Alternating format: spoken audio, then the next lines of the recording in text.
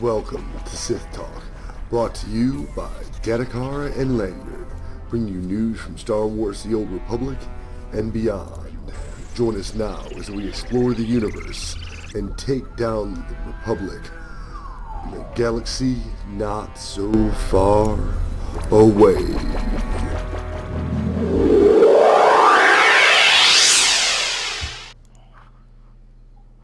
Alright guys, this week Lanyard and I finally figured out most of the audio bugs that we had last week, and apparently worked out one today, which apparently is caused by DirecTV. So those of you learning how to broadcast and record your shit, try to remember, if you have DirecTV, unplug whatever they told you needed for service, and you won't have any issues. I thought it was me. I flipped out for about a half an hour before we recorded, and finally figured out it was actually Lanyard again. So again. Oh, Lanyard, what are we going to do with you? But actually, guys, we found out that the big problem for Lanyard, and this week you'll hear him in sort of a kids in the hall type of fashion, is the fact that his headset-mounted mics were causing a bit of interference. So they all went to the trash. Yeah, so those are over with. Now we have a live mic, so you'll hear him in more of an echoey fashion. But I told him that works out perfectly fine. This week we should have a really nice video for you guys. I want to apologize for the late posting on our previous video. For those of you who watch us on YouTube, apparently there was some work going on at TGN, and some lines got crossed. I don't know. A cow died in the road, and somehow the shit went down. Anyway, you'll remember our former producer, or my former co-host, Kevin Whitesword, to some of you. He is now the actual. He is actually now the director of TGN RPG. So he's the one who's in charge of all of our postings. So that should actually no longer be an issue for us, which will be a great thing for us. Have a man on the inside to keep us from landing in prison. Yeah, which is where our, for those of you who don't know, that's where our videos will be now. They're getting rid of the SWTOR channel and putting it on RPG. Mm-hmm. So that's where, if you're like, well, where's 16, 17, 18? They're going to be on the TGN RPG channel now. Yeah. At least for now. Yeah. Unless TGN changes their channels. TGN does, they try to have the main community so that you guys can be able to access videos easily. Unfortunately, with so many SWTOR podcast or video cast going on, from time to time, that actually caused a little bit of extra drag.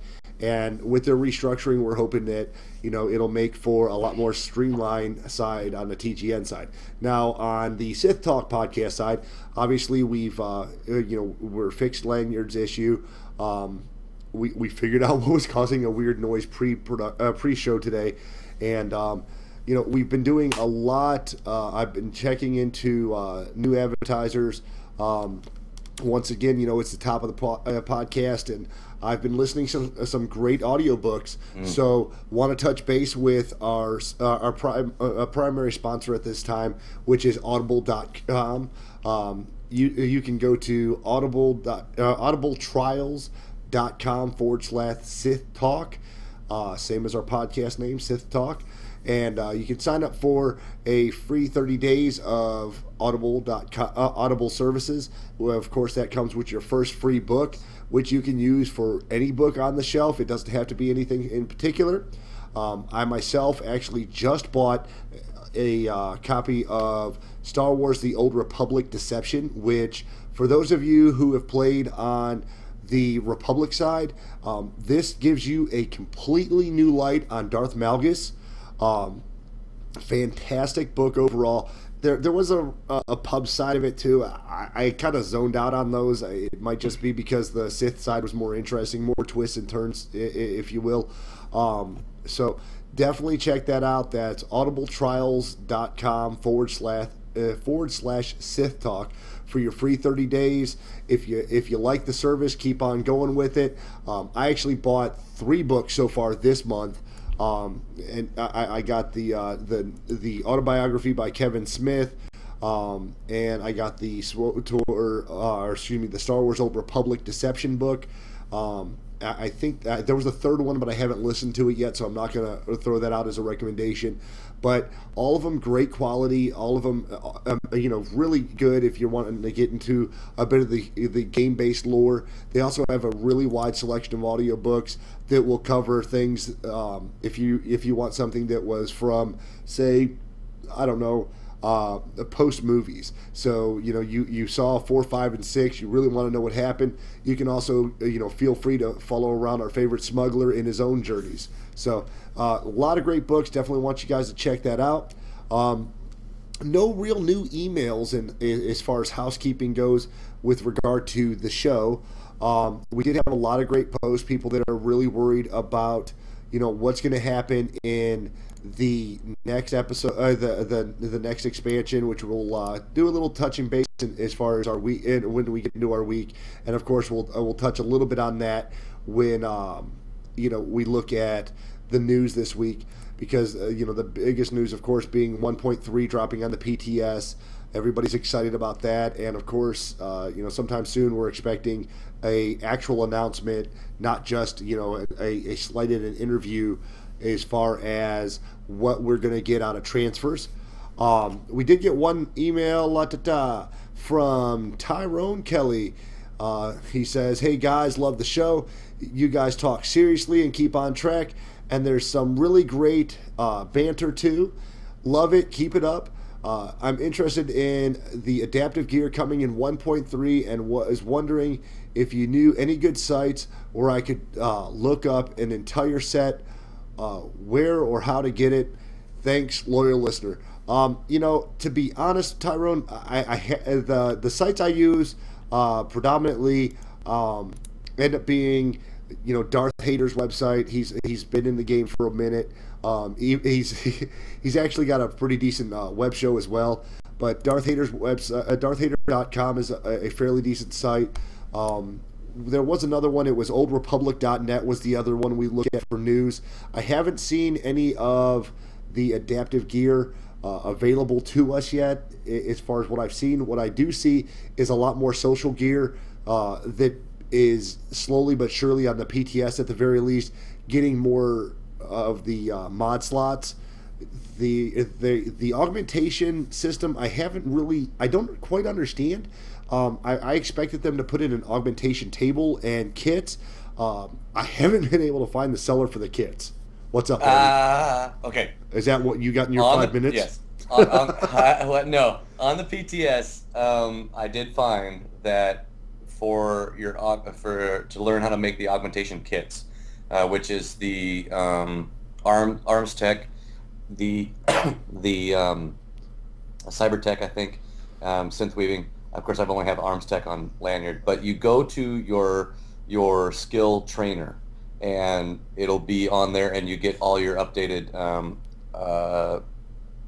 augment kits so that you can make your augment kits. Now, most of the augment kits, all the materials, there's like 3 or 4 materials. Most of those are metals and whatever. You've got that stuff usually in your bank. However, they have one item that you need, and it's a green, I think, and you can only get that item by REing all your other stuff. So just to give a heads up to those people that are getting prepared for 1.3 and the augment slots and making the augmenting kits, go through and make a whole bunch of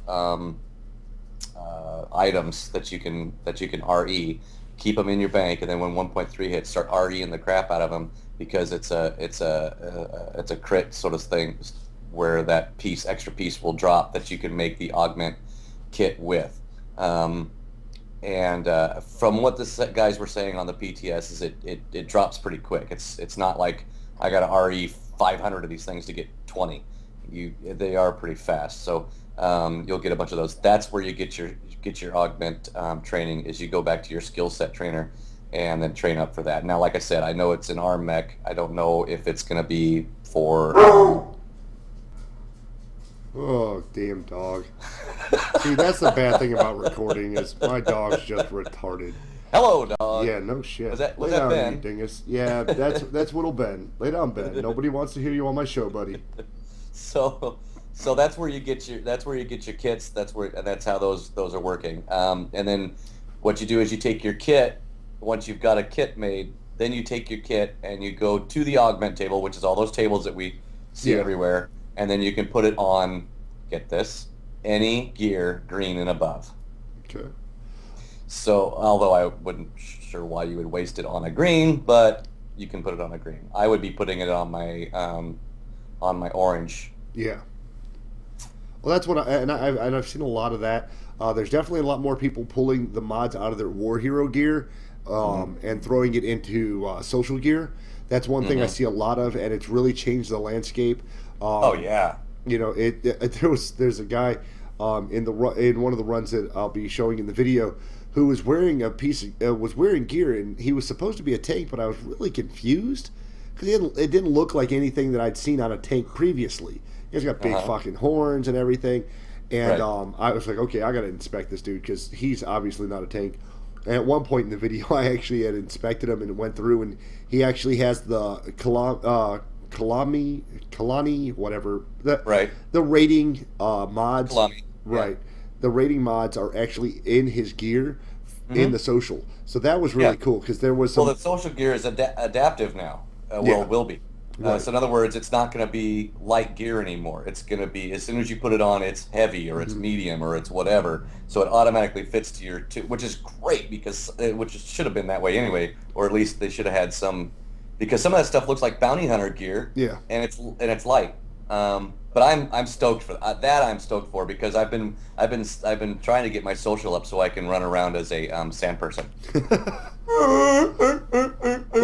And I thought it'd be cool if I could put Naga into the slave girl outfit. That's so passe. Everybody does that. Yeah, I know, but it's hilarious because I actually turned off Sith corruption recently on her, and you don't realize just how light and how distorted they become when you put on the Sith corruption, which is kind of crazy. But we, like I said, we had a lot of great responses off the YouTube videos from 2 shows ago. Everybody asking what we thought of LFG, which I'm sure we're going to get into either during our week or after the news. I will cover in the news. I'm going to tell everybody before we ever get to it. In the news, we will cover some highlights here and there. I'm not going to cover all of the patch notes because until 1.3 actually hits the live servers, we really don't have any definites. It's all up in the air. They could easily rip anything out of the 1.3 patch notes or put some new stuff in. So it's not going to be 100% on point, and I apologize for that. But if I covered every single note, guys, it would take me 2 hours, and then we'd never get to anything fun. Right. That being said, Lanyard, how was your week? I didn't do anything. How about you? No, let's see. What did I do? Well, as our viewers know, as our listeners know, 1.3 is on the PTS. So I was just as excited to go check it out as everybody else, and they ended up putting Lanyard on there twice, and so I've got 2 lanyards of the exact same guy. So I went ahead and made one of him, set him up on DPS. I think I ran up the Power Tech. It was the middle tree, whatever the middle tree is for Power Tech, and ran him up that to see what that would be like. Went ahead and got my Arsenal. I think that's it. No, that's mine. I don't know. Anyways, the middle tree. Yeah. Guardian something and Pyro. So then of course, you guys might also like to know that when 1.3 drops, you'll be getting free gear. That's right. I said it. You'll be getting free gear. Not that that's a bad thing. It's so damn hard to get this stuff that you got to get free gear. Anyhow, let me finish. Go ahead. I was going to say be fair now because it's not all free. By the way, your Pyrotech would be the advanced Pyrotech if you went up the middle tree. Advanced. Yeah. That's right, advanced.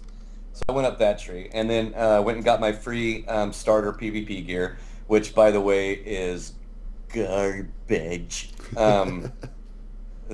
I went in there and did a couple, Void Star. And I guess Void Star's been changed. Now, I started out on the defense side, and so we're defending the doors. And I didn't notice, to be honest, I didn't notice that they changed the clickety-click part where you put the bomb to green and red. I didn't notice that until I went back and was watching the video. I was like, oh, it is green. I didn't even notice that because I was too concentrated on just, trying to survive. Right. And so I did a little bit of that. I did not notice that they put a divider fence between the two, so that it's harder to defend, which is good if you're not defending. But I died like instantly. Just it was pathetic. And then someday I'll get the video up, and you'll see that I just died in a heartbeat. So I did a little bit of that. Then I worked on. I finally got Tacoma up to like level 1 or 2. That's the one that I'm doing the short video on, the little movie on. Got him moved up. Actually worked on Lanyard.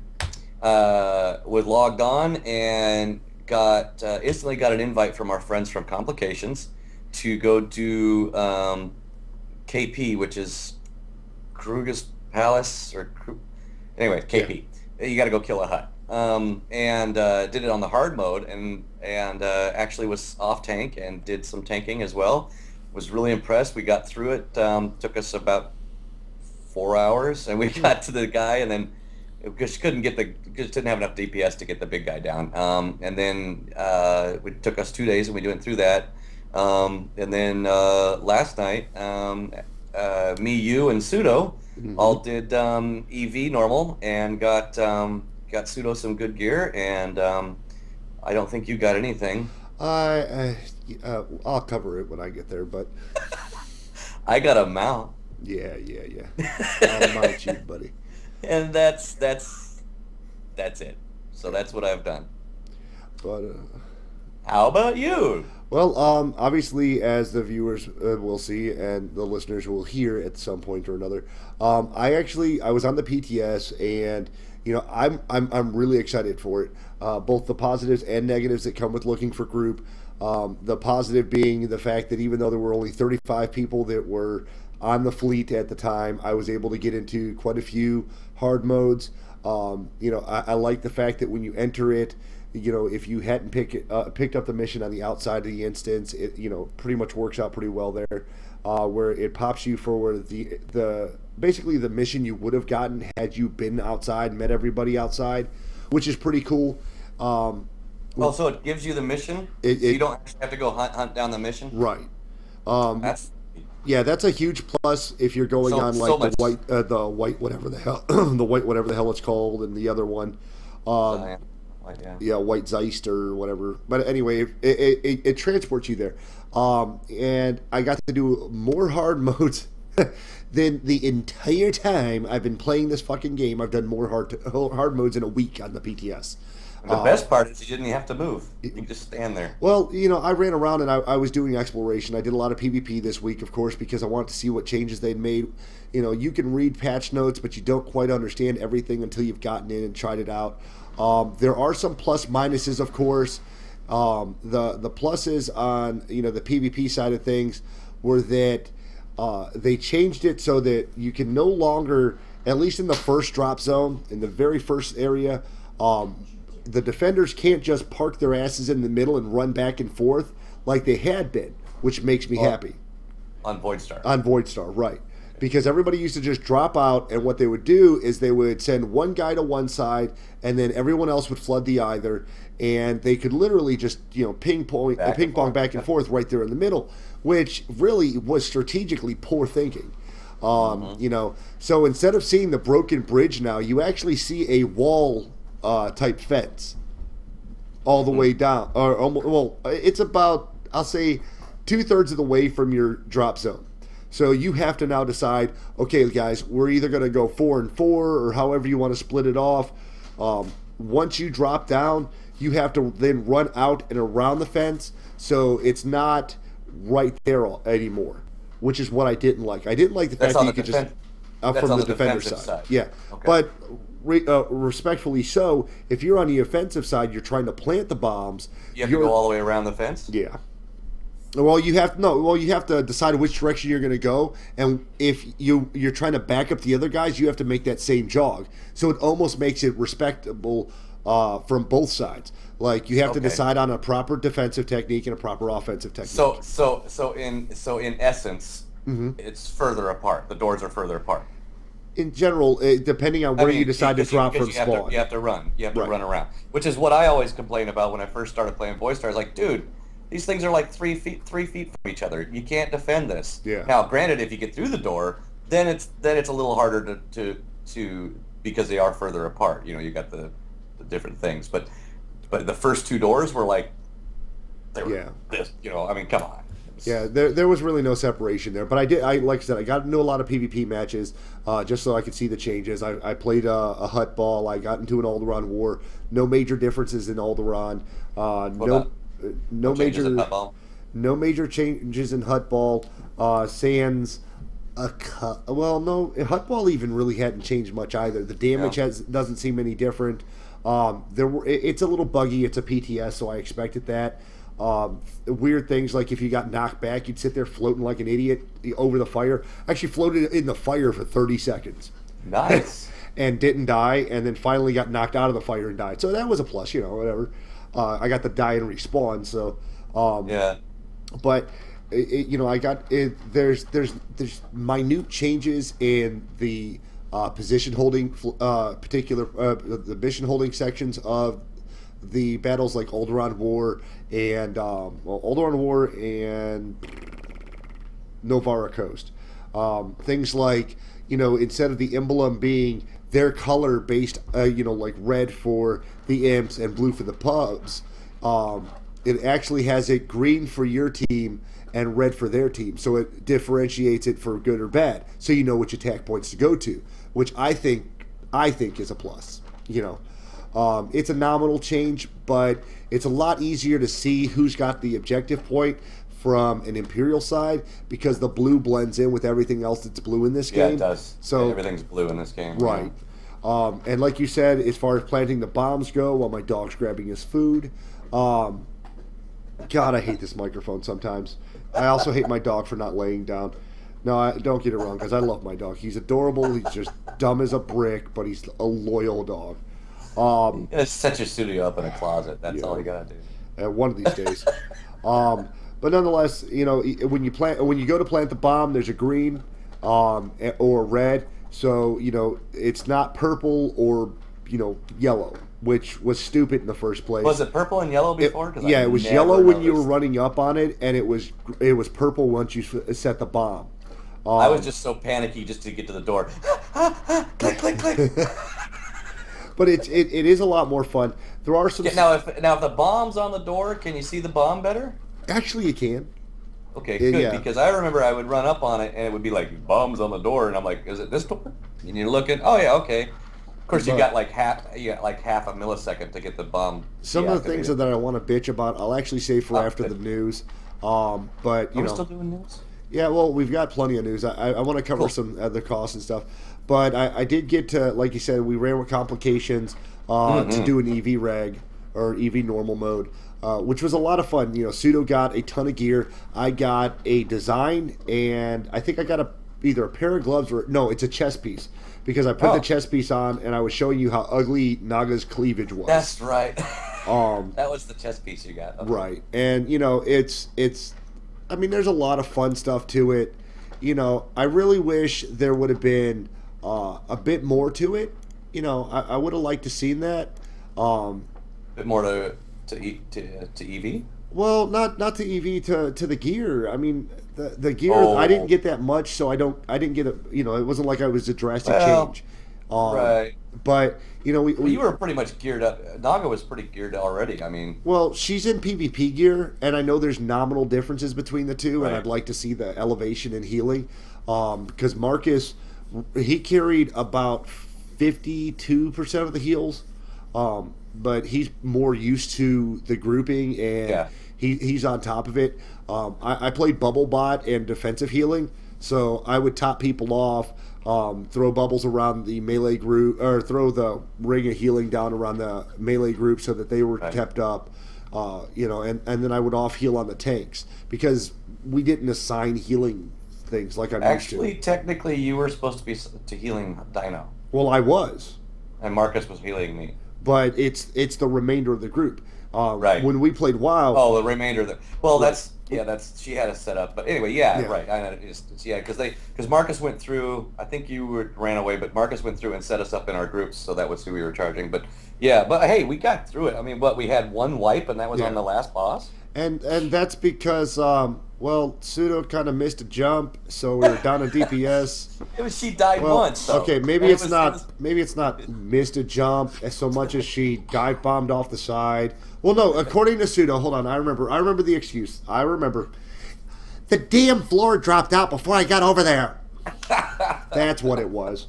Because anybody who's played, who's done the raid knows that once you're fighting Soa, that the floor drops out, and then everything just do a little pattern. Man, I tell you what, if it weren't for Ruby, what was his name?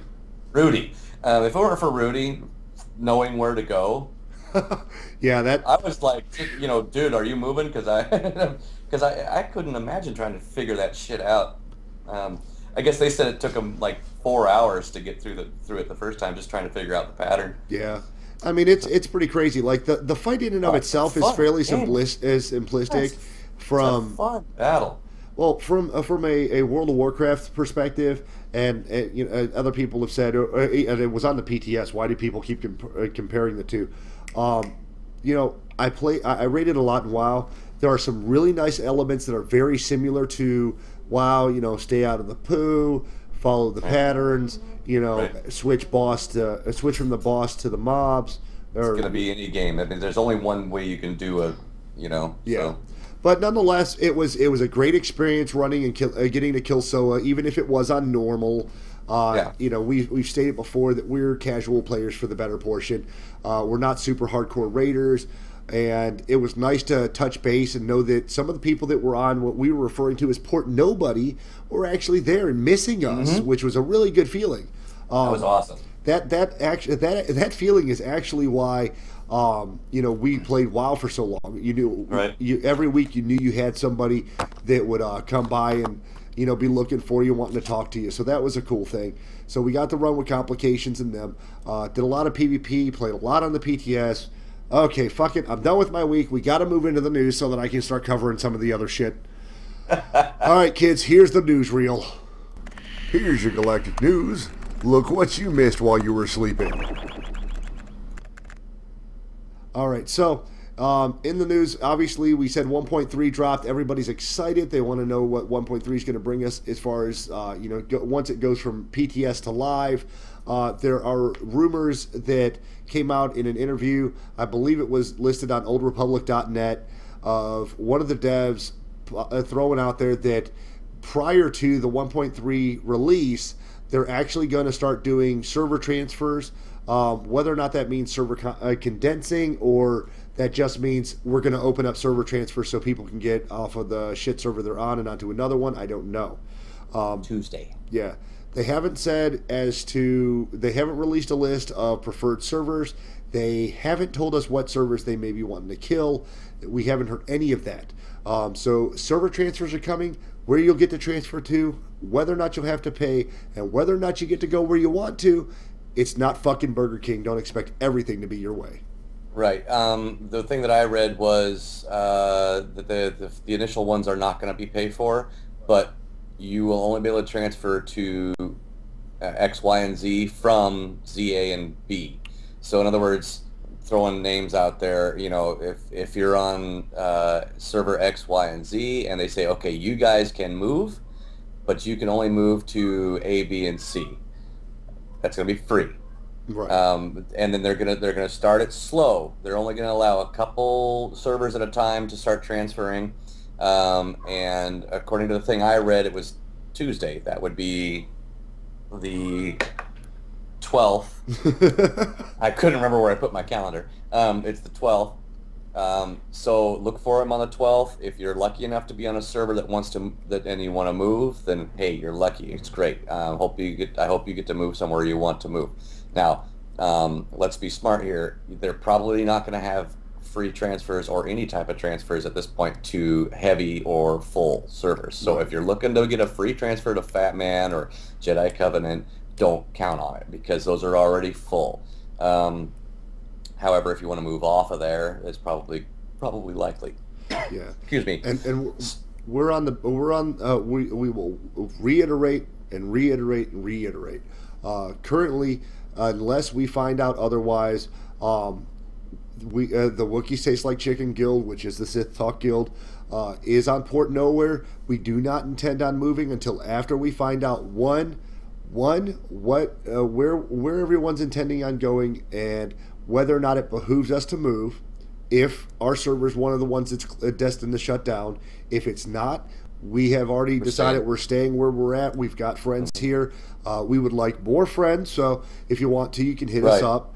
Remember, I'm on the PTS a lot right now, so I'm not on the guild server unless Dino or one of the others from Complication pops into our vent or sends Lanyard, tells Lanyard to tell Dave to get on Naga. In which case, I will be back on my server as usual. But PTS is where I'm at right now.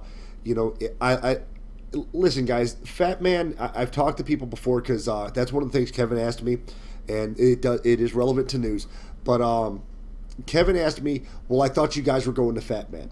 Listen, Fat Man is a condensed version of every server you've ever played on. So you've got just as many scrubs, just as many bitches, just as many whiners, just as many trolls, and what you end up with is the worst of what MMO has. Not that the server in and of itself is bad. I've met a lot of decent players on Fat Man, and I've played some great PvP matches. Would LFG have been bomb on there? Yes, it would be. But if BioWare plays it smart, there's a very good chance that Looking for Group as a whole will benefit us all once they condense the servers down. That being said, obviously, I'm not saying nothing about LFG. Oh, we are going to talk about it, and you are going to bitch about it. It's just the way it's going to happen. I want to cover some perks because Lanyard and I have always said that we like the fact that in this game you really can play however you want to play. And that's very, very important to all of us. The game has given us 8 different storylines to cover. It's given us, flashpoints, PvP, all kinds of missions, all kinds of fun. And one of the things they did, and it was questioned pretty heavily before we ever got our hands on it, was the fact that some perks that were unlocked because of your legacy were not legacy wide. And how much were they going to cost? Well, I did the math on it, and I added everything up. I actually bought all the PvP perks for Jin Tao on the PTS, which is my DPS consular on the PTS, just to check it out. Because all I do is PvP when I go on Fat Man. PvP queues pop nonstop, and I don't have to sit up by the flashpoint guys and wait for an invite.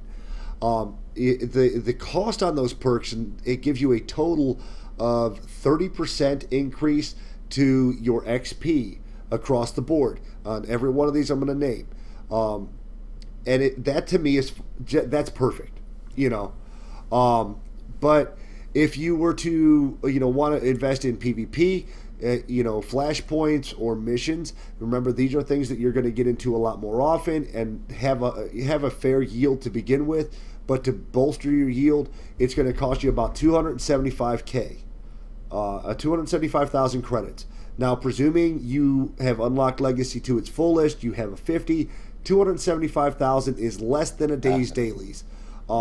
So absolutely not a bad price per character. And even if you did it on 4 characters, it's still, in the overall, it's not that much. And it just depends on if you're the kind of person who wants to get the absolute most out of all of it. That's on you. And at that point, it's your investment to be made. Now, if you are, you're doing a lot of space missions, you've unlocked your ship, and you really don't want to do planetary, it's a little bit cheaper. Same 30% increase in XP, 150,000. That's not bad, and it goes for exploration too. Why Which you I would, thought was strange. yeah, I don't know that I'd I don't know invest in if that anybody's been looking for exploration XP, but I guess they just needed to throw something else. I mean, I was a big explorer when I played Rift and when I played WoW, but on this game, not so much. I enjoy finding new areas, but well, the bad thing about exploring on this game is 9 times out of 10 when you explore, you end up finding a heroic area and you die. Right. So run into a world boss or the other faction. Right. But I mean, it's not bad. I mean, if you went with, you say, a combination, you're going to be missioning, you're going to be running all over the map just to unlock it for yourself. Then buying 2 in tandem costs you what, $4.25, and even at $4.25, we're still talking less than a day and a half of dailies. So that would be a great bargain. And it once again reaffirms your ability to play how you want to. It doesn't matter what the other guys are doing. If like mine, most of them end up PvPing nonstop, and that's great. Once LFG pops out, the flashpoint options will be huge for people. So that once again, if all you want to do is run around Black Talon until you unlock the next one, then that's your choice to be played with, and that's exciting for me. Now, once again, under LFG, there are pluses and minuses to the system on the PTS. On the PTS, the LFG does not work perfectly, I'll say. That being that Pseudo and I queued up together. Both of us were DPS. We got into a group, 3 DPS and a tank. I got tagged as a healer. So I went out and respect, and of course, I respect for a healer so that my wife didn't have to. She likes being DPS. And what ends up happening? Oh, I can't imagine. I run into morons. But that's something we've said before is something you will have to, it's your game. Now, to kind of counterpoint Lanyard's normal complaint, I got into a group that was really good.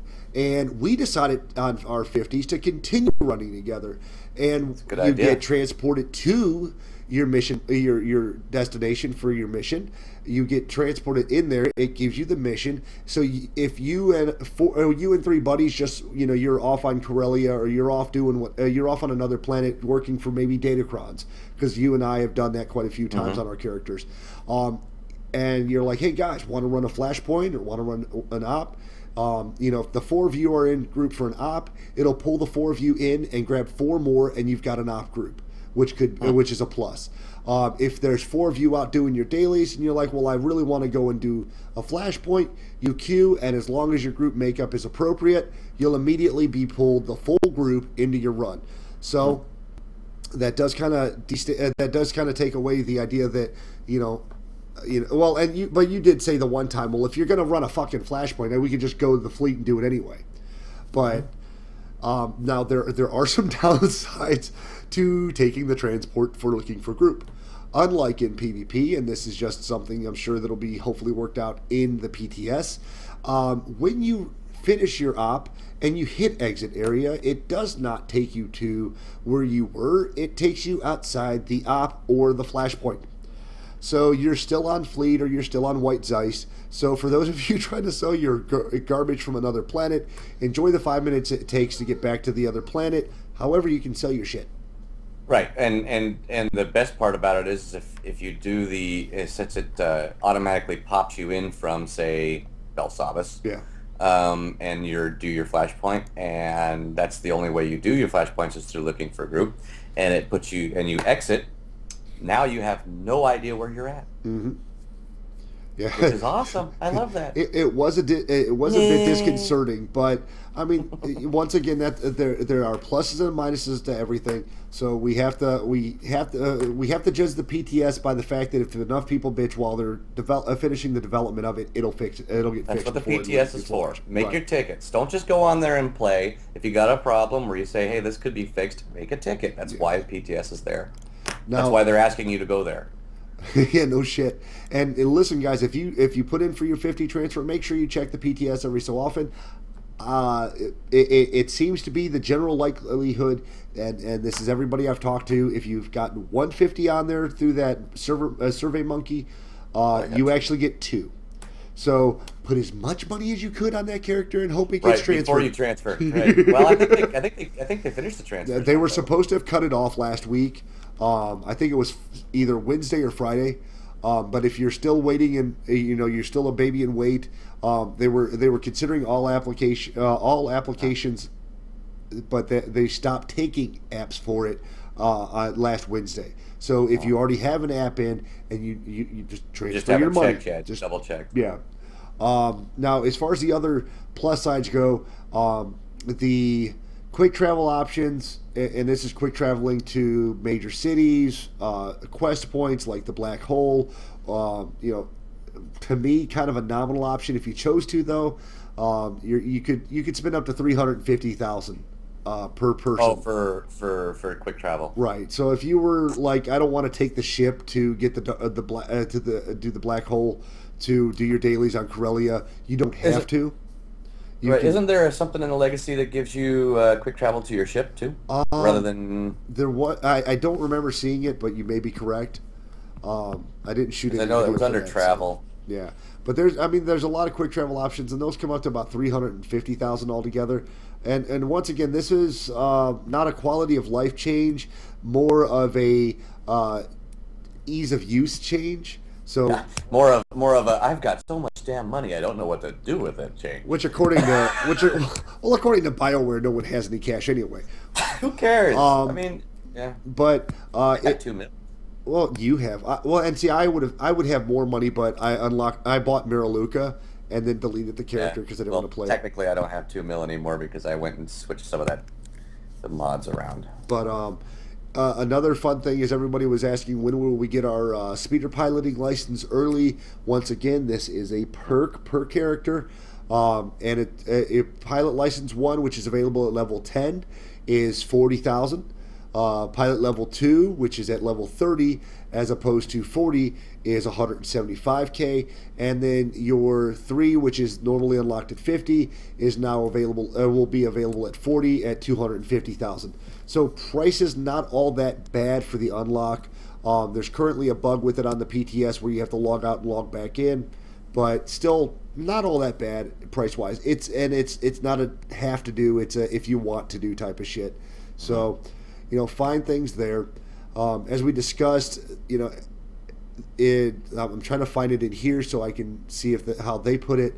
But I didn't notice any nerfs or buffs for for Naga or my Consular, but they are mirror copies of each other, so not going to see a big deal there. There are a ton of patch notes on characters, which I am not going to cover.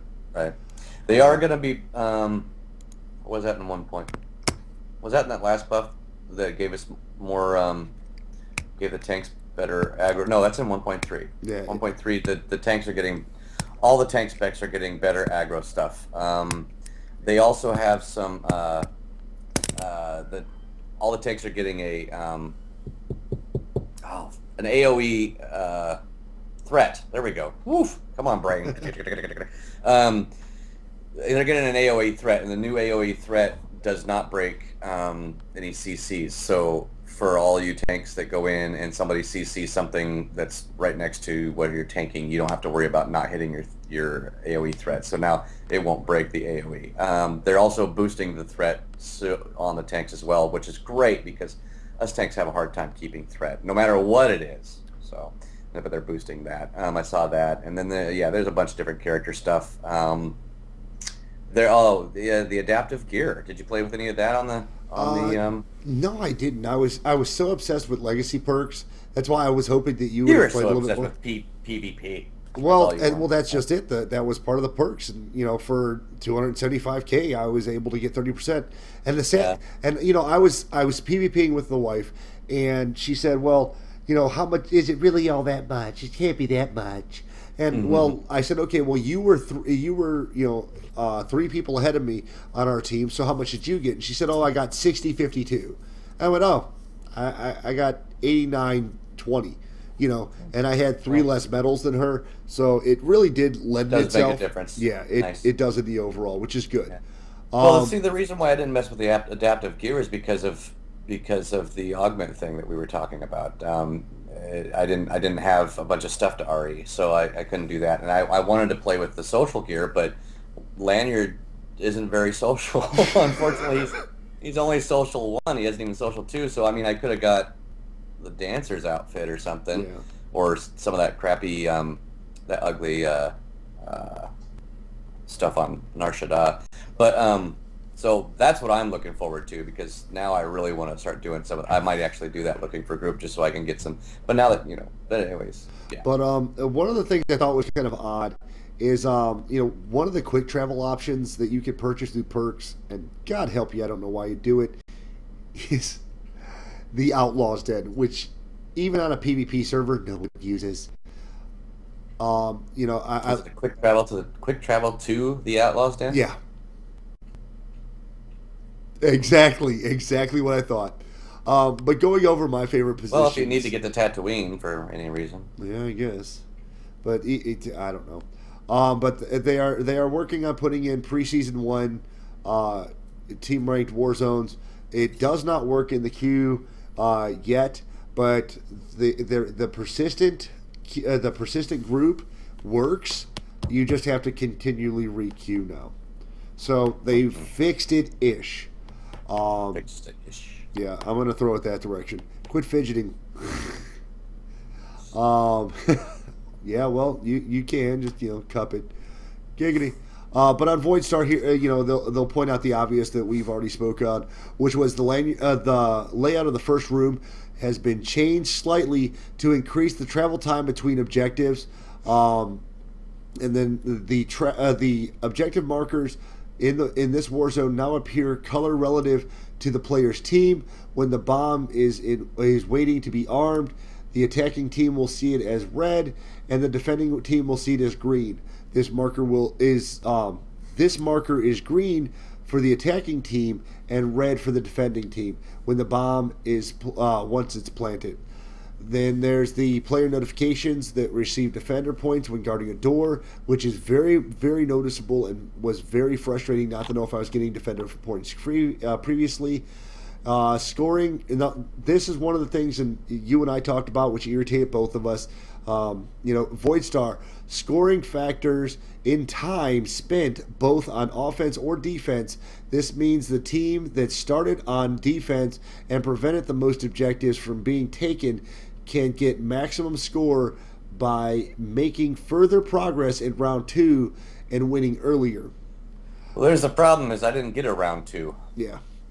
Well, I got a round 1. They got to the data core and they said, okay, well, that's game over. I still think you got pulled in and your UI glitched. No. Screenshot, it didn't happen. They corrected an issue that could prevent the bomb from displaying correctly when planted on doors. What? That has to be wrong. A very rare case that could prevent Void Star match from ending early if the second attacking team exceeded the progress of the attacking team has been corrected. And that might have been what happened. Yeah. On the PTS.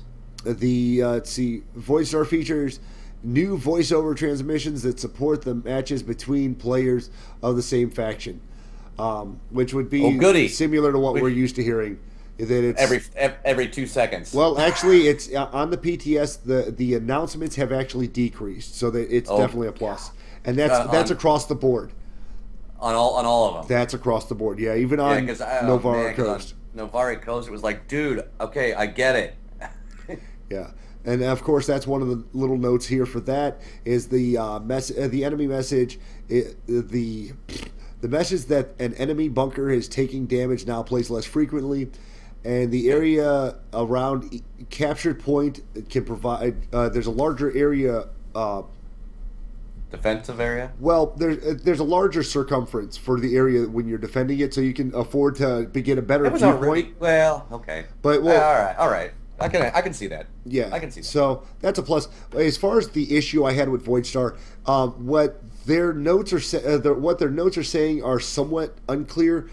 But when you're on the PTS and giving it a whirl, what ends up happening is, when it would take your team, you would get the full 8 minutes or 9 minutes for the attack.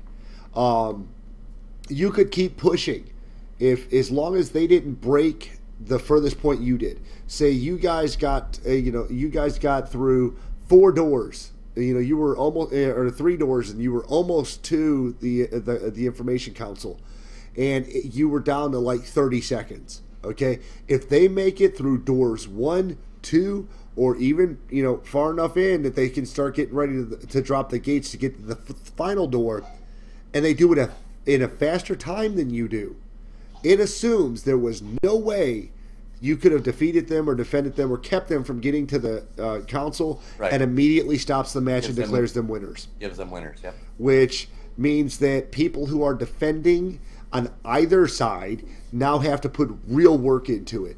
You want to waste, God help me, waste as much of their time as you can. Because if you don't, you've officially lost the match for your team. Congratulations. And it with the splitting up of the rooms, it does help it out a little bit as far as your overall defensive technique. It's no longer we'll zip back and forth. You now have to decide how many defenders are going where and how many are going somewhere else. And for anyone who's too retarded, and that's what I'm going to say because you're an idiot if you can't say INC at East or West easy enough, you're an idiot. Can you run down the top of the wall? No. You do the drop down. You do the drop down to that first tier, and from that point, the gate starts, and it's straight out. You can't walk across the gate. You can either fall left or you fall right, and that's it. Oh, but you could run down. You could have both teams run down the both end of the gate there, or end of the fence, whatever. And then as the opposing team's coming in, then you just kill them. You camp them there, and they can't get to either door. You could, in essence, but if anyone drops out in stealth, then you lose all position because you're completely away from the door. You're way from the door. Right. So you just drop 2 people here, one on this door, one on that door, run the rest of the team down to the end of the fence, camp them there, and then you have these guys call inks, go right, go left. Well, we'll discuss the new strategy to that one when we do our next battle. Just a thought. As far as Hutball goes, it says the asset debuff now correctly expires correctly if the player is disconnected while in the trap. So I guess if you lose connection to the service. Alderaan War, the war zone can now be played by 2 teams of the same faction, which I thought was already happening. I thought that was happening already. Well, I think the big difference is marker changes to this. I think it's an adjunct type of deal. Additionally, each objective marker now appears in a relative color for the team to the player's team. Green objectives are controlled. Red are the ones that you don't have control of. Makes sense. And then, of course, the colors match the scoreboards and the map. So when you look at your map, it's not green or blue, red or blue. It's now green or red. If you have it, it's green. If you don't, it's red. Simplifies it greatly there. And, of course, they've got a few corrections as far as problems with scoreboards resetting, performance optimizations, so that the frame rate, there's not as much lag in that one. And it fixed a few tooltip options. One of the great things I will have to admit is those of us with better systems can now actually run the better systems. When the game, prior to launch, the game had this very high setting, which is the equivalent to Ultra, and it basically lets you run at top frames all the time, and lets you run with every bit of your system's power that you had. Well, when the game launched, we lost it all. We got good, and we got good, pretty good. Good, medium, better. Yeah, it was high. It was low, good, and high. That's all we got. Now, for those of you with low end systems, there's very low settings. For those of us with higher end systems, there's very high. So it's completely up to the player how much detail they get out of it, which is a plus. And I don't notice the difference between all that stuff. I mean, I've got a really good computer, and I can put it on setting on low. Now, I notice the difference in like the lightning bolts and stuff like that, with the damage and stuff like that. But as far as like your character, okay, so he's a little shinier. Well, I mean, there are little differences on the character, and I think the bigger differences actually come from the vibrance of the world, which I've been playing on high the whole time. So anybody with a low that had to use low, or those of you who are going to need very low, once the patch drops, let us know how it feels, if it's any better, any worse for you as far as lag and everything goes. Bouncing around a little bit. you know, I'm trying to. There's so much shit to cover, dude. They've There's corrected a so ton. many world quests. They've changed so many NPCs, so many different stories. Well, Um, 1.3 is not going to drop before our next show, so we can always cover more on next show as well. definitely. But it's been a lot more interesting. Being able to do story mode, and really, I can't stress how much I'm really loving both the pluses and the minuses to LFG. Um, let's see, I'm trying to find some of these runs that I know people are doing, like Kaon Under Siege. There's a tooltip has been added to Festering Bite, debuff inflicted by the rat ghouls. Lost Island, the maps for this flashpoint have been improved. The ice effect from Vorticanus, Jesus, that's a horrible name, now displays properly. From Vort. Yeah, for this dude named Vort, not Vortex, like the guy we know. Um, let's see. Well, we just did EV, so let's take a look at that. In general, under Operation Story modes no longer automatically assign loot to individual participants, so that's a plus. For people who are trying to test run with their guild and see if they're up to moving from normal to harder modes. Let's see, under Eternity Vault, they corrected an issue that could cause Garja, whatever, Gharj. I'm not good with Indian names, and that looks Indian to me. Garja sounds good. All right, we'll go with Garja. To occasionally knock players out of the world. Yes. That's a hell of a. Watch out for that one. It knocks you completely off Holy planet. Shit. A message now broadcast when the Infernal Disciplines encounter is reset, and so is ball lightning and mind traps are now destroyed when so is defeated. So possibly, so instead of having to go like we had in our match, we had to go in because or was it you? Yeah, it was me. Fuckers. Yeah, you were stuck in there. You missed the whole fight. Yeah, well, not the whole fight, but I missed the last 10 seconds. You didn't get to see him die. Yeah, and I wanted to see Soa die. He just kind of like went, Pseudo's tapping me on the leg and saying she got stuck in there for a little bit too. Apparently, you guys freed her just in time. A long time, yeah. And in an explosive conflict, they corrected an issue that caused players to be teleported out of the phase if they reached sub-remote areas of the minefield, which means you idiots were running too far out. And during the encounter with Firebrand and Stormcaller, the shield generators will no longer be susceptible to procs from relics. I don't know. I'm guessing it's a glitch that somebody found. Yeah, right. So you go to hit your relic to give yourself, I don't know, more power, and all of a sudden the whole place blows up. Yeah. But overall, honestly, Soa's got a lot of weird bugs, and I'm guessing that EV list is going to get a lot longer over time. Yeah. I mean, what was it? The mobs reset once or twice on us, I think. Twice. Yeah, twice. So that's. Yeah, it was twice. But it was kind of weird in that one where we were taking on the individual adepts. You just said that they were fixing that though. Well, it says that's the Infernal Discipline. That's the Infernal Okay, well, fuck me. Yeah. Well, hey, that was my first run on EV, so I have no clue what. Yeah, mine too. Mine too. So yeah.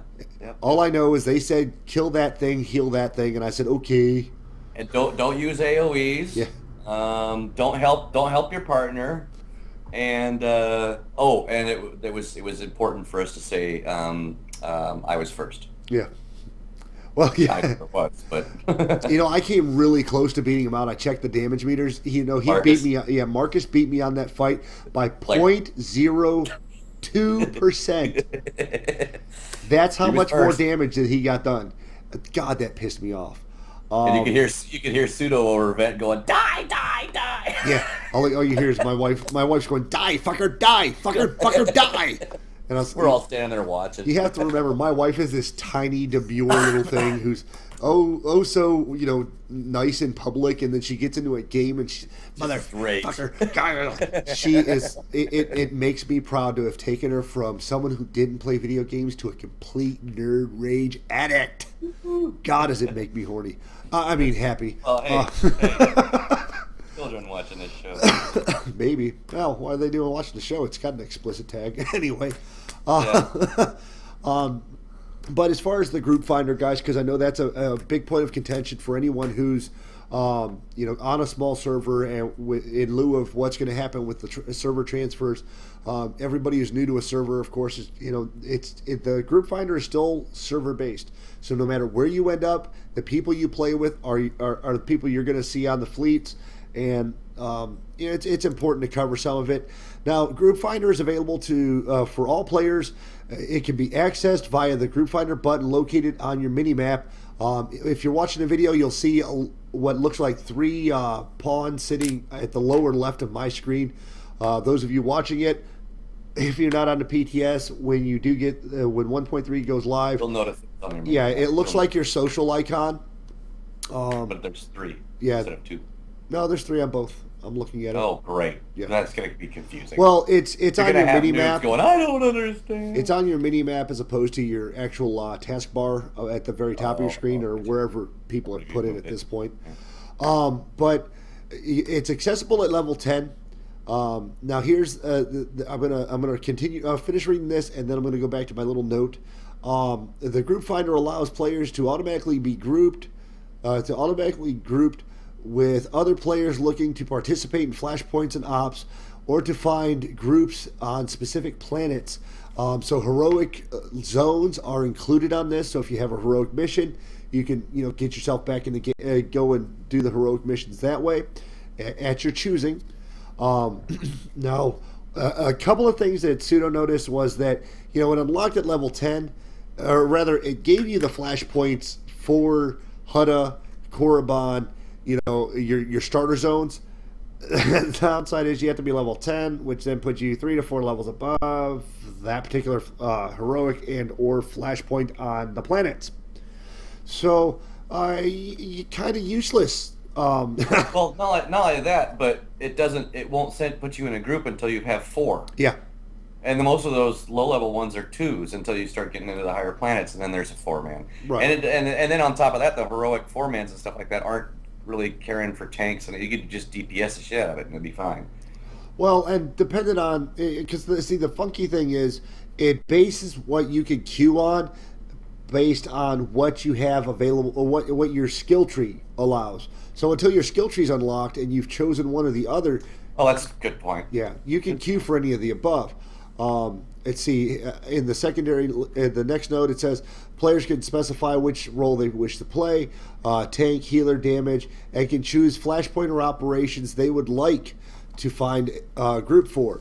When a group is found, the player will be chosen and teleported directly to the flashpoint operation.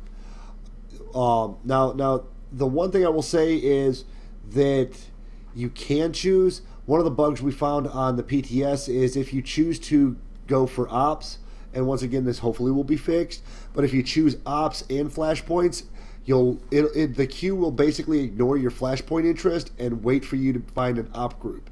So if that bug is not fixed when the patch actually launches, just unclick ops if you're in the mood to run flashpoints. As you see my wife's hand. Didn't you also have a problem with being queued for PvP and problem? Not so something much. Else. Not problem-ish. When I was queued for PvP and I was queued for ops, what we actually found was that I went to the queue for the PvP, and then and then the queue popped for the op, or for the I think it was an op. No, it was a flashpoint. And basically, because it didn't take me out of queue and I was healing, it popped up and I went to the flashpoint. Right, which is going to suck for the PvP thing. So what they need to do is fix that. Is once you've gotten into a queue of something else, it knocks you out of the other. So if you go into the flashpoint, you're out of the PvP one. If you go into PvP, you're out of the flashpoint or the ops or whatever. And I did put a ticket in for that. That once you've chosen to get into one, go through for one queue or the other, that it immediately would bounce you back out. Right. So we'll see if they respond to that or if they have anything to say about that. Additionally, it says players can receive bonus rewards for using Group Finder. by allowing it to randomly select your flashpoint or operation. Players can receive. Wow, anybody? Well, and well, once again, you do have to encourage the idea of using the group finder. It says bonus rewards the first time each day that you complete a story mode flashpoint, hard mode, story mode op. You receive rewards. Rewards are received for completing the content. So in the case of a hard mode, that was Black Hole Comms. I didn't get to complete the story mode that I did as far as the op goes. So that was kind of a fun thing. You do get, there's no group buff, which WoW had for this. And see, the group finder groups are slightly different from normal groups.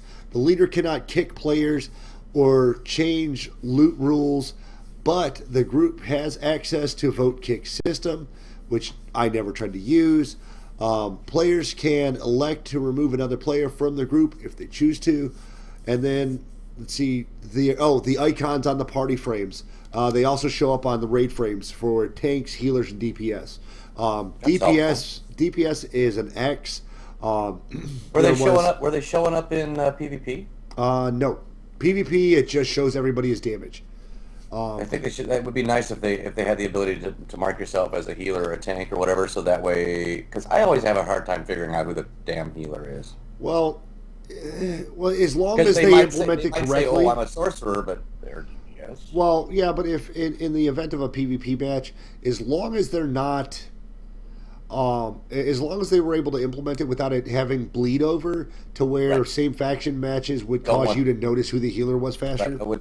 I wouldn't want that. But what I'm saying is so like for me as a tank, I want to put guard on my healer, but I'm having to scroll through going, a sorcerer. I'm guessing their heals. Yeah. Or you go by and see like on the pub side in this case, smuggler. So it's. I'm guessing if it would have a little, this guy's heals, this guy's tank. Yeah. It's just a minor, not a major thing, but it's a minor thing. It would be nice, to have. Yeah, but overall, guys, there's a lot of stuff. If you feel like reading it, I will be including the Darth Vader link in the show notes. But I do want to talk just a little bit more randomly, but Pseudo, our Galactic Librarian, has actually dropped us a little bit this week.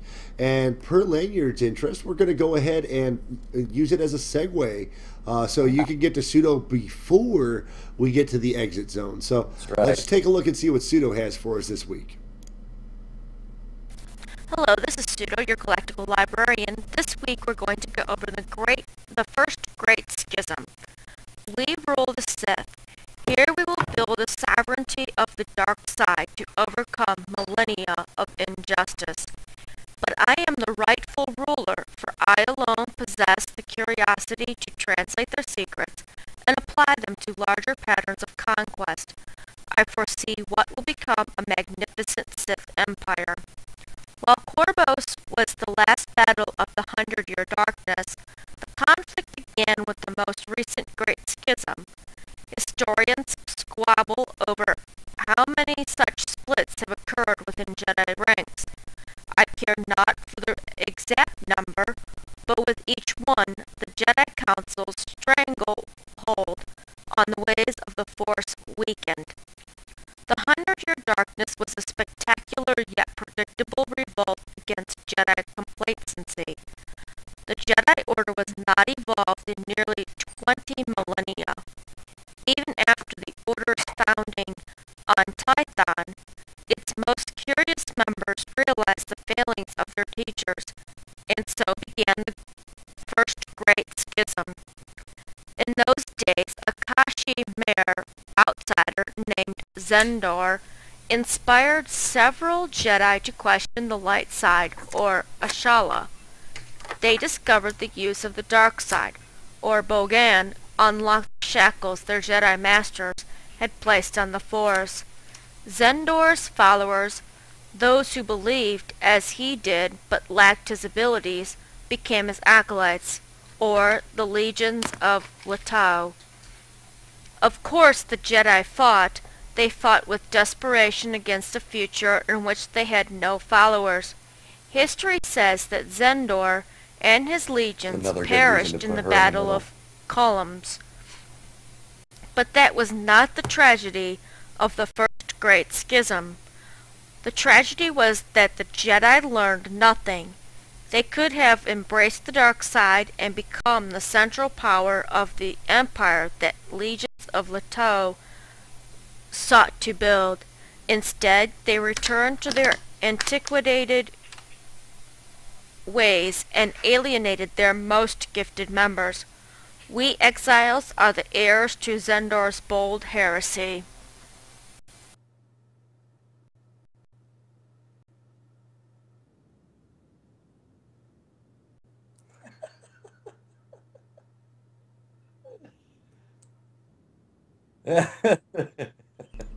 Oh God, dude! I had muted my mic, and apparently it unmuted before we went back to recording. So I'm like, oh shit, I'm not fucking. What the fuck?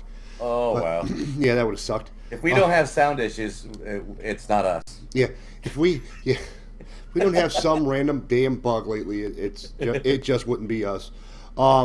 But that's Pseudo, our galactic librarian now. If you guys are interested in hitting Pseudo up and finding out what kind of information maybe you would like to see if she could track on, or maybe there's some information you would like to share with us, feel free to drop us an email. Just title it Attention Pseudo. That's SUDO. And she'll be happy to take a look and see if she can find maybe information you didn't. She's listening to the SWOTOR book right now herself, and I will be probably Tuesday listening to the newest book I got, which is the Fatal Alliance. She's got. I just finished up Revan. Okay, you just finished up Revan. All right. Yeah, and you sent me the other book, so I'll be listening to that shortly. Yeah, because you listen to it when you're out driving, whereas I listen to it while I'm playing the game. Oddly enough, I'm not terribly distracted by it, but But I mean, overall, I've gotten a really good feel from the PTS that the game in and of itself, I think, will benefit overall. Do I absolutely love LFG? In all honesty, no. Right now, I think that it still means that those on a dead server will be on a dead server. Once the transfers go through, I think we'll see the bigger portion of that. Do I look forward to running more ops? Hell yes. Dino, Marcus, Rudy, you guys need me. Serious? Yeah, serious. If you need me, you need Pseudo, you need Lanyard. I think you got Dino on Facebook now, right? Yep. Good. She needs to like our page. She can send us a message on the page. Hey guys, time to do an op. I've been spamming their guild. But Wookiees taste like chicken, man. If we don't see that Port Nowhere's gonna go down, then we're not getting off of there. We've got some friends on there, even in relevance to PvP. I still see people in GG. I still see Bleed. There have been a couple of others that I hadn't noticed before that are coming to some popularity, and they're very skilled. We've got some great PvP matches. If you want a real challenge, then definitely Port Nowhere. Our guys have been beating the hell out of each other for so long that once we get some pubs to fight against, we'll have more than just the group. The only pub group I saw on our server that was a regularity was a group called Core. Core. Yeah. Core. But now, one of the things I will say, and it was kind of a bone of contention, I think, in Lanyard was the free PvP gear. Basically, what they ended up doing was giving you the equivalent of what you could have purchased for around 300,000 credits from the vendor as a, hey, you're 50, here's a way maybe not to get scrubbed to the wall. Now, you augmented a lot of your world gear, and it benefited you in the avail of a slight bit of extra sustainability, I think you said. Yeah, longer life. Right. I could take a better beating than I could with the starter PvP gear. When I went into the starter PvP gear, I just was getting mashed. So I guess it's a good reason they gave it to you free, because it's Well, now see, and I don't know if you pay attention to it. Obviously, on my screen, the people can see the rolling text, or on the video watchers can see the rolling text for all the healing done in the match, or in the PVE scenarios that my character was going through the last couple of weeks. Right. Now, do you have the scrolling text up? Do you notice any? Did you notice any difference in the amount of damage that you output? No, the problem is I got the scrolling text. I don't know why. I don't. I can't. It's way above. It goes off the screen before I can read any of it. And not that it makes a difference now, because now that we've been introduced to the parser, Yeah. which is massively helpful. I'll be able to start paying attention to that. But usually it was just going boom, boom, boom. So, and me being as I was set up for tanking anyway, I knew I wasn't doing really any damage. That's why I used to tab through until I'd find the guy with like that much Dig health. for health, yeah. Right, just pop. That way I could at least get a kill. But if it was one-on-one, yeah, you could blow all your cooldowns and still get wiped. Yeah, and but it took them forever to knock me down. Right. I could sit there, which was kind of nice because I could sit there and scream for help. Yeah. And usually by the time help rose, I'm, taking the dirt. But Yeah. But no, I mean, so then when I put that, of course, I also put it on Lanyard 2, and I changed his spec, so I wasn't used to those abilities. I didn't have a rotation down. I was wearing gear that I wasn't all that impressed with, and all of that. You're going against people that have transferred their tunes over, that have the battle master and the other the higher level, the war hero. They have the higher level gear. So obviously I was getting. I mean, it was very, very frustrating because I did the one PvP, Right. which was Void Star, and I'd jump out of the defensive zone, land on that crate, jump down, die, go back in, spend 30 seconds in rehab, in the penalty box, come back, jump on the crate, land, die. So it was just it was very frustrating. I didn't have any fun on the PvP on the PTS, and for those reasons, Right. using the lower gear, being in a different spec that I was used to, not having any idea how to run it. So that was where my frustration came in with that. So, and I didn't do it with Lanyard 1. I should go back now that I've got better gear, but yeah. And then of course we did the PvP here to get our dailies done, Right. and that was brutal. Yeah. Especially that last hut ball. It was like, are you kidding me? Yeah, I mean, Somebody was listening. Somebody was listening to our last podcast, the bastards, and they just wiped us clean with our own technique. I hate to say it, I've actually seen a change up in technique. Chaining to the idea of going at the ball in a singular motion, and having one guy go out and toss it back. I've seen that a lot more lately. Mm-hmm. And then once you have the ball, them jumping on top of the guy with the ball. And that's pretty much what we tried to say, and we were reiterating. But Lanyard last week was tired. I was getting shit faced. It was a bad night at work. I had to have a drink, guys. It was a bad. Yeah, be mad if you'd like to. I don't exhausted. care. But I mean, in the overall, I get a good sense from the PTS that they've put a lot of good work into it. I don't think it'll be terrible. I don't necessarily think that everyone's going to be happy about the LFG. I'm sure there's a few things here and there. I do like the idea of getting the starter PvP gear, just because a lot of people are coming out in world greens and blues and may not have gotten any perks. It's a good start, and Yeah. and considering how, in my opinion, ineffective it is, it's obviously better than level 50 greens. Right. But shit, if you got level 50 greens, you're not doing anything. Sure, you are respawning. No, I mean, yeah, you're not doing anything. You're not doing the long chain missions. You're not doing any of the heroics, because that stuff all drops blues. Yeah. At least blues. So, it's a good start, I guess. And considering it was, what'd you say, 300,000 before? Yeah. Totally not worth the credits. So, getting it for free, fine. That's fine. But I mean, it's it's fair for the price. It's fair for the price. Let's put it that way. You know, you just hit 50. Here's some free shit. Go and kill somebody or try to. I don't think it makes it super easy, which is always my concern. If I get free gear, I don't want to know. I don't want someone getting it for free and then being able to whoop my ass after working for mine. Right. Yeah. And I mean, I wouldn't take the blues into a probably. I wouldn't take those. I wouldn't take that starter gear even into an easy level 50 flashpoint. I don't think it would. I don't think he'd survive. Well, it's level 126, so you may or may not. It's not. It's definitely it may be a level 50, but on like story mode or level 50 regular flashpoint, not hard. Yeah, it's definitely not going to help you there. Well, I went into 128 hard mode with KP, so I guess. Yeah. So of course, I also had a really good group with me. So. Yeah, and a lot of Dinos people are sitting in 140s or above as far as rating gear goes. So it makes it easier for them to keep you up. And though you might be a bit of a challenge to keep up, it gave them a chance to use you as a tank, which is what I'm sure well, other than the fact that they knew we wanted to run, was a great thing for them.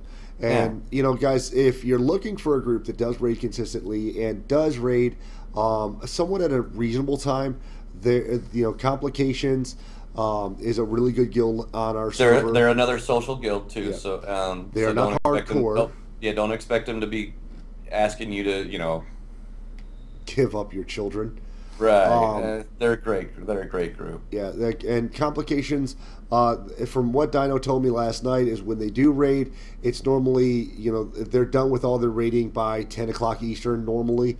They ran a little bit later last night with us just because they wanted to try to finish it out all in one blow because of the fact that I was working, and of course we're recording the podcast tonight, which would keep us from playing games or playing the game tonight. And because we're recording at 3 o'clock in the fucking morning right now. Speak for yourself. As soon as we're done here, I'm logging on. Well, so am I. I got to get on the I want to check on the PTS, see if there were any changes. I got to jump on my other tunes because I got a bunch of auctions going. Yeah. And I'm loving. Speaking of, I finally cleaned out my bank. Yeah. I got like 300,000 in the mail. Well, and when I stopped playing on when I stopped playing on Nowhere, and I was playing on Fat Man all the time before they put the patch on the PTS, I condensed everything from every one of my characters, any farmable item, any crafted item that I didn't need. I put it all on the auction house, and I logged on Rakat, and he had like 250,000 on him. Just yeah, that's nice, isn't it? I was like, score. But no, I want to get working on Nagajalokia's PvP gear because I got my first piece of War Hero on the PTS, and I really do like it. I like the look of it. There's there's less of the Dreadmaster look, which was what the Battlemaster gear had, and more of just a real brutal, Darth looking type of gear on her now. And I'd like to see Rakat get a full Battlemaster set. He's one of the other ones I'm working on. But I had fun running EV. If looking for group, or we have time, if it fits my schedule to get in with Complications more often, I would absolutely love to run with them again. It was a lot of fun to run EV. Being a first timer, they busted my ops cherry for this game. Being a fairly regular raider, not hardcore again, but a fairly regular raider on World of Warcraft.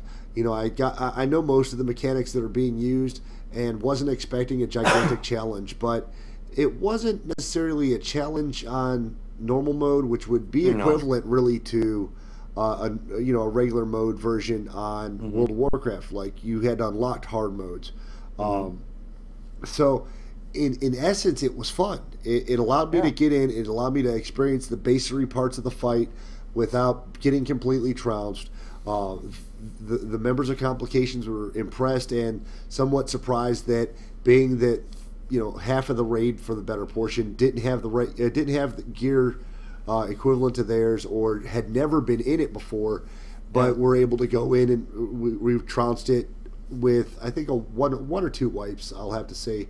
We had one. Yeah, that was it. We only had the one wipe at the very end on Soa. Yeah. And we had a couple deaths, but that was from silly things. Yeah. Well, I know I died once because I measured the jump wrong. Right. I jumped just short of the very edge of the walkway, and it led to me falling death. Right, that's right. You fell there too. Yeah. Oh, I mean, we got the fire dude down, the guy that jumped around with the lava. We got that guy down really without any too much issue. We did the puzzle thing, which still confused me. Without too much issue. I didn't do the puzzle thing. I died on the. I died. Yeah, I died on the puzzle thing, but that was only because I didn't see the guy pop the shield when I threw the big. Oh, and that reminds me. Myself. Let's go ahead. Let's go ahead and we'll be nice. Throw those of you who listen to the podcast know her as Pseudo the Galactic Librarian. In this particular raid, she was playing on Baby Rakat, which is her 50 Marauder, and she did awesome. She was the hero during the puzzle for her side. She actually took down the last bit of trash mobs and survived. Which my wife is normally the first to die, no matter what position she plays, and she was the hero for her group. So that was major. You know, we lost Marcus, we lost Lanyard, we lost. I think was Rudy in your group. I can't remember who else was over there. I think Rudy was on one of the sides. I don't remember. But out of the 4 people on her side of the fun puzzles, she survived, and the rest of you died. That's so right. Big props to our little hero. Right. She got that done. You know, and you know, she was a real trooper. My wife's never been real adept to raiding, and she did a really good job in that one. She did a great job. Yeah. She did a really good job. Yeah. As someone may have heard her just whisper, "Yeah, okay." Of course, my wife has been groomed for raiding under me, and I am the most vicious of raid leaders, which is so why I enjoyed running with complications and letting them run the show. Yeah, I noticed you didn't talk very much during the whole raid. Hell you were no. just like, where am I going? Okay, I'm here. Yeah, I'm here. I'm doing my job. That's all. I actually thought you were just like irritated to be in the group. To be honest, I thought you were just like, I'm tired. I don't want to be here. I did. PvP. I was. And hopefully, Marcus, if you listen, don't take this the wrong way. The only time I got upset was when we were jumping down to Soa, and everybody was joking around. We were having fun, and I died. And he's like, "We need to be a bit more serious." And I'm like, "It's fucking normal mode. It's a video game. I can't be serious." You didn't hear before you got into group. Dino was telling me that Marcus kind of gets that way during the raid, but it's just how he is. But it's not. Don't take anything. Oh, well, and see, that was the only thing that the entire time I was like, I don't, and I was like, you know what, I haven't run with him before, so he doesn't know me, I don't know him. Right. I'll just bite my tongue and we'll get through the raid. It'll be that's fine. the best thing, you know. But they're really a great group. Yeah, they're really a great group because if you remember right, I mean, afterwards it's. And there was a lot of times where he was like, "Oh, well, you know what? Go ahead and give it to Naga because I might have that pattern." Or, "Oh, well, he hadn't gotten anything. Go ahead and give Naga something." And even when we got to, I think it was one of the last patterns, I was like, "Go ahead and give it to Marcus." Marcus gave me one, tit for tats. Right. Fair play. So overall, it was a great group, and we had a lot of fun. Guys, if you're sitting in your chair and you're like, "Man, I really don't want to run up." Whisper a few people. If you're a solo player, it's cool. Be a solo player. I think that if you don't try a little bit of everything in it, or you don't try it once or twice, you're getting bored, and you'll fall out of the game. Give yourself the chance to be social long before LFG gets here. LFG is there to help to get everybody back on the same page and get everybody into the MMO feel, which Kevin was missing. I know that. Excuse me, I'm a little parched. Are you out of beer? I didn't have any beer. I bought an iced tea, and the wife's laying next to me, and she hasn't gotten a hint to get me a fucking drink. Where's Mike? He is cuddled up in his cocoon of blanket. But guys, make sure you reach out to the people on your server. Before LFG gets there, you've got a small community where you can make tight ties.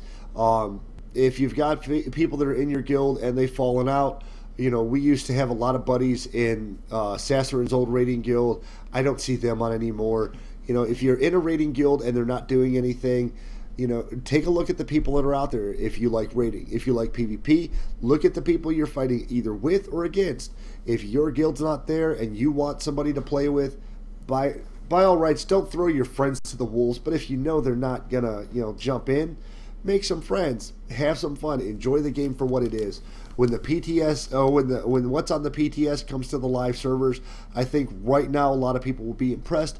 For those of you who think we didn't cover it enough in the notes, tough shit. As far as we know, we've got at least 2 to 3 more episodes before the patch ever hits the live servers, and I'd rather not give you everything, and have you end up going, oh well, that changed and this changed, and right. you know, I'm not going to spend 2, 3, 4, 5 hours or do, you know, a multi-part episode just so that we can cover every one of them. I think in the next show, if we don't change gears at all, we'll cover some of the class-based items and some of the planetary items.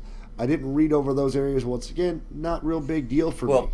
Yeah, by next show as well, we're going to be able to talk about what servers are transferring, where everybody's going, what things are going. Because according to the thing, it said Tuesday they're going to start doing some slow transfers. So Yeah. so we'll be able to look at that. You'll have some more PTS information. Mm-hmm. You know, there's also if you guys go on the on the SWTOR site, you can see what kind of ideas they have for the future of the rest of this year, the new planet, the new species, the new raids, the new and that's something we'll probably we'll have a chance to cover leading into that. That's what I'm looking forward to some of that stuff, because I am stoked. That stuff looks really exciting. I saw the teaser trailer for E3, and I want to say I'm excited, but on the other side I really don't. It's just enough information. It was literally what it was. It was a teaser. It was just enough information to get you interested in what might come out in an expansion. And they didn't say that it was going to be a paid expansion. So it's going to be like a content update. Yeah, content update. Which, you know, there's a lot of games that do that. There's only a few games. Well, there's games that do it both ways. There's the games like WoW. There's like games like WoW and Rift and all this other stuff that are EQ that say, okay, we're doing an expansion. Now all you got, and by the way, for you people that are playing, you cannot keep playing after the expansion unless you go out and pay $60 for this new expansion. Yeah. And then you've got games like Eve that just say, hey, you're paying $15, $16 a month. Here's your new expansion. Yeah, so, I mean, if it comes out as a content patch, then, you know, there's one more high five that we can give SWTOR that we can't give very many other, I don't know how would that work with that. You got to get the right side. Oh, there it is. Woohoo! You figured out how to high five on video chat. But, you know, it's one more thing we can give to SWTOR that we can't give to anybody else.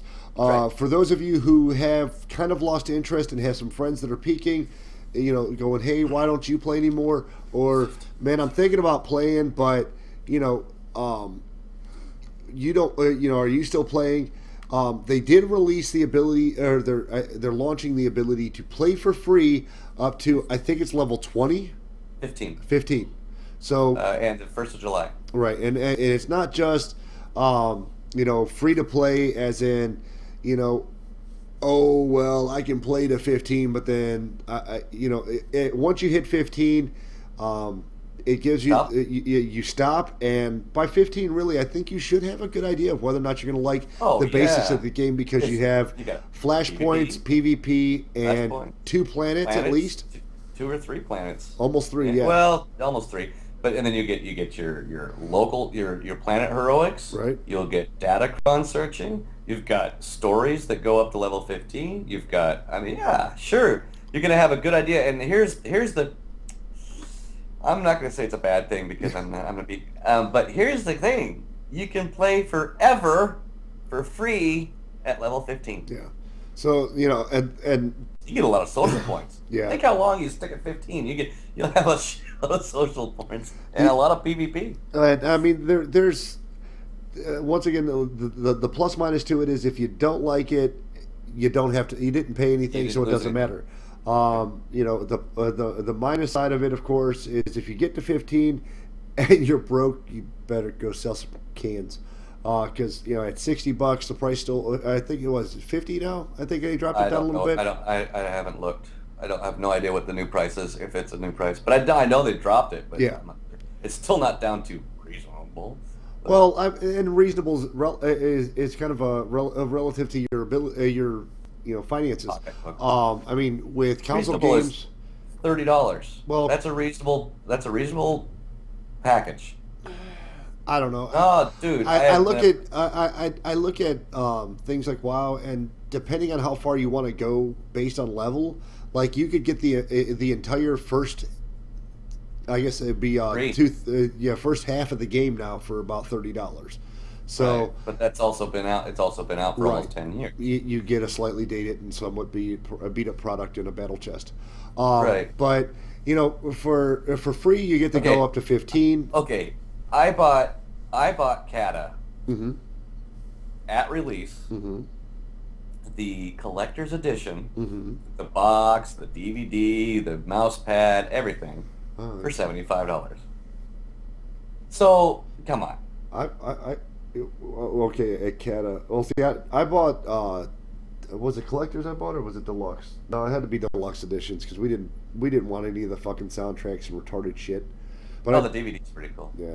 But I mean, for free to 15, it gives you a chance for those of you who had lost interest because of the lack of social ability to let your friends know that. Okay. To let your friends know that hey, I stopped playing because it wasn't all that much fun, and you can now say hey, this is a really fun game. I'd like to have more people to play with.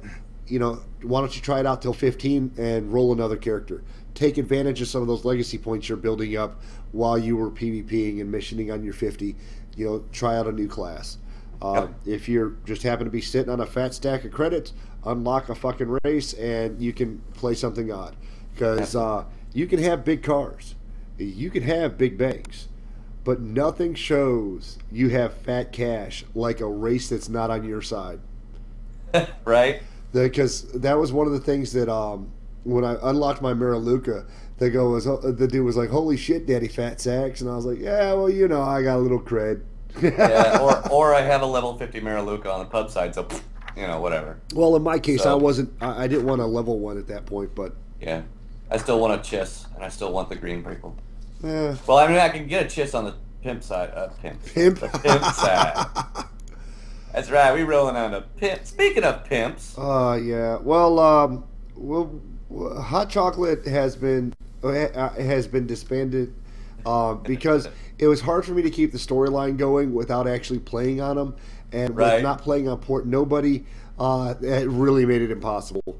I did love playing him as an operative, so we'll wait to see what happens after server transfers.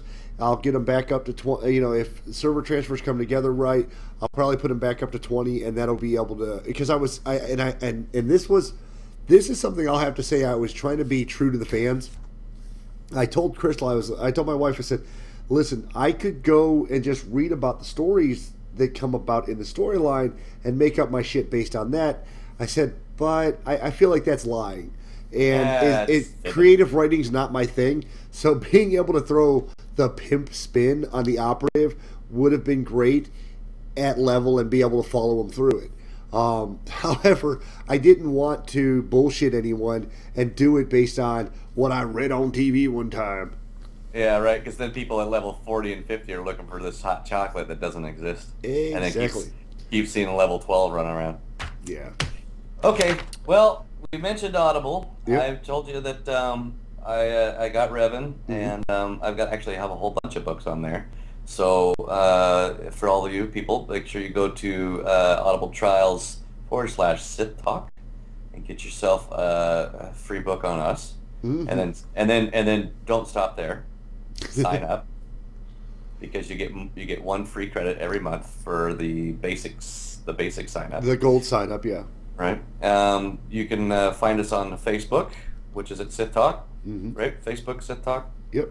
Don't forget to like us. I think we're at last I saw was 69. 69 giggity. 69. So we're at 69 likes. Tell your friends. If we're we're still doing the contest. 100 likes, 102 likes, I think was what we said. 102, 103. And it'll work itself out one way or another. yeah, get a free 60-day card. Is that what you said? Yep, going for the 60-day time card. And we're so, you know, spread the love. Is our website officially up, or is it just for us to look at? I believe Kevin said it's officially up, so you can go to sithtalk.com and it'll have all the links to our show, our Facebook, podcast, the YouTube, the Twitter. Okay, so it's got all that. So sithtalk.com. It's actually a pretty. I mean, it looks pretty simple, but if you think about it, go to an imp building, and all you see is gray walls and a red flag. But so that's how we set it up. It's a starter site until finances allow for more. But it brings you to. It allows you to subscribe to our Twitter, our RSS feed, which is through Podomatic. It allows you to contact us via email, and it links you directly to the videos. So it'll save you a little aggravation and time. I'll have to talk to Kevin about throwing up some of our links for our sponsors. Because he said there's something about a limited amount of links, but I think if you want more, we have to pay for the service. And you know, being as people aren't throwing money at us. Well, not yet. But not yet. Once again, guys, you know, check out our sponsors, check us out, toss us an email, and I'm always looking for new iTunes reviews, as well as any other space that we have committed to it. But once again, want to thank you for joining us here on Sith Talk, and well, we'll see you in the pit. The video load, of course, because that wouldn't be helpful. No. Fucking hell. There we go. Thank you again for joining us here on Sith Talk. And your Dedekar, look forward to talking with you next week. Remember to follow us on Twitter at Sith Talk. Or stop by our Facebook page at facebook.com/Sith Talk. And of course, our Gmail is sithtalk@gmail.com. This music brought to you by freeplay.com. And remember, peace is a lie. There is only passion. Through passion I gain strength. Through strength I gain power. Through power I gain victory. Through victory my chains are broken. The Force shall free me. This video is part of the Way movement, a career path in video sponsored by TGN. To learn more, visit tgn.tv.